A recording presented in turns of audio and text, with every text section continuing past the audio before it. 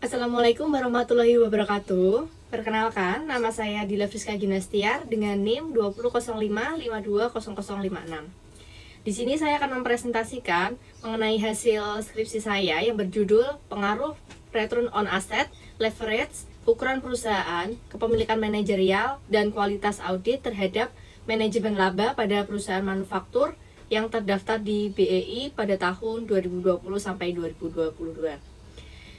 Dengan dosen pembimbing Ibu Ida Nurhayati, SEMSI. Selanjutnya ada latar belakang.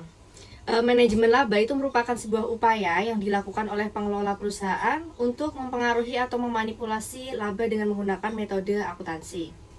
Untuk mempercepat pengeluaran maupun pendapatan demi mempengaruhi laba jangka pendek, permasalahannya terjadi pada perusahaan manufaktur itu adalah ketika dilakukannya proses penyusunan strategi perencanaan keuangan. Namun, dalam kinerja akrual, perusahaan itu mengalami penurunan selama periode tersebut.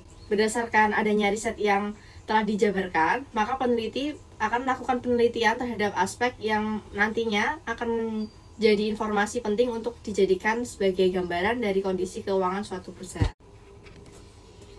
Untuk slide selanjutnya yaitu tinjauan pustaka. Di sini saya menggunakan 5 variabel, yaitu menggunakan ROA, itu digunakan untuk mengukur efektivitas perusahaan dalam menghasilkan keuntungan dengan memanfaatkan aktiva yang dimilikinya. Yang kedua yaitu ada leverage, itu untuk membiayai aset. Yang ketiga yaitu ukuran perusahaan, itu untuk melihat kalas besar kecilnya suatu perusahaan. Untuk yang keempat yaitu kepemilikan manajerial, untuk mengukur tingkat kepemilikan saham pihak manajemen yang secara aktif dalam pengambilan keputusan. Yang terakhir yaitu ada kualitas audit, itu untuk mendeteksi audit. Selanjutnya yaitu ada metode penelitian. Dalam penelitian ini saya menggunakan jenis penelitian kuantitatif dengan sumber data sekunder. Dalam teknik pengambilan sampel saya menggunakan purposive sampling dengan 168 populasi data dan 56 sampel perusahaan. Dengan teknik pengumpulan data, saya menggunakan data dari laporan keuangan yang terdaftar di BEI dengan menggunakan metode analisis regresi berganda. Selanjutnya yaitu ada hasil penelitian. Dari hasil uji statistik, itu menunjukkan pengaruh yang diberikan dari masing-masing variabel ROA, DER, LN, KM, FINE terhadap DAC atau manajemen laba, yang dapat dilihat dari arah tanda dan tingkat signifikannya ya. Variabel DER dan KM itu memiliki pengaruh negatif terhadap manajemen laba. Sedangkan untuk variabel ROA dan LN itu menunjukkan pengaruh positif. Sedangkan nilai FINE yang cenderung 0 itu tidak memberikan hasil pada uji ini.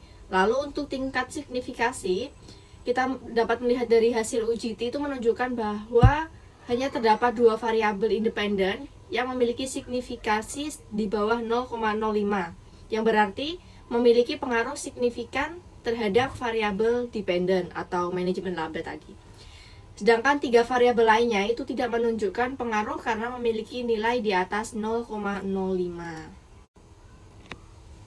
Maka untuk slide selanjutnya ada hipotesis. Dari hasil uji yang pertama tadi, kita bisa menentukan hipotesisnya, yaitu ada hipotesis pertama, itu profitabilitas, itu berpengaruh positif terhadap manajemen laba.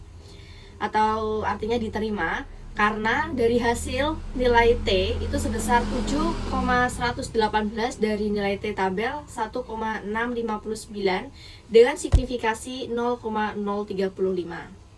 Selanjutnya yaitu untuk hipotesis kedua ada leverage, itu berpengaruh positif terhadap manajemen laba karena nilai T itu menunjukkan hasil sebesar min 1,223 dengan signifikasi 0,244.